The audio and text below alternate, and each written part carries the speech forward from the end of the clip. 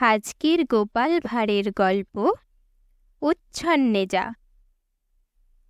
গোপাল কখনোই সংযত হয়ে কথা বলতে জানত না। যাকে যা বলা উচিত নয় তাকে তাই সে বলে বসত। এজন্য সে দুঃখিতও হতো না। তার কারণ সে মনে মনে ভাবত হয়তো সে ঠিকই বলেছে। অবশ্য এজন্যে অনেকেই তার কথা হেসে উড়িয়ে দিত।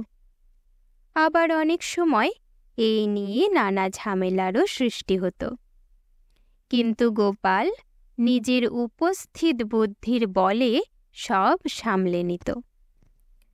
একবার এক নিষ্ঠাবান ব্রাহ্মণের সঙ্গে গোপালের তর্কাতর্কি শুরু হলো। শেষ পর্যন্ত সেই তর্কাতর্কি ঝগড়ায় পরিণত হলো। পণ্ডিত খুব রেগে গিয়ে গোপালকে বললেন, বেটা তুই উচ্ছন্নে যা।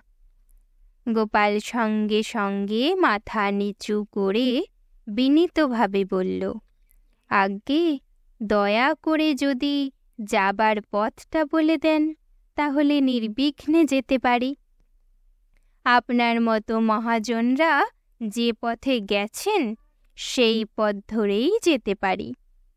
গোপালের কথা শুনে পণ্ডিতের রাগ ভেঙে গেল।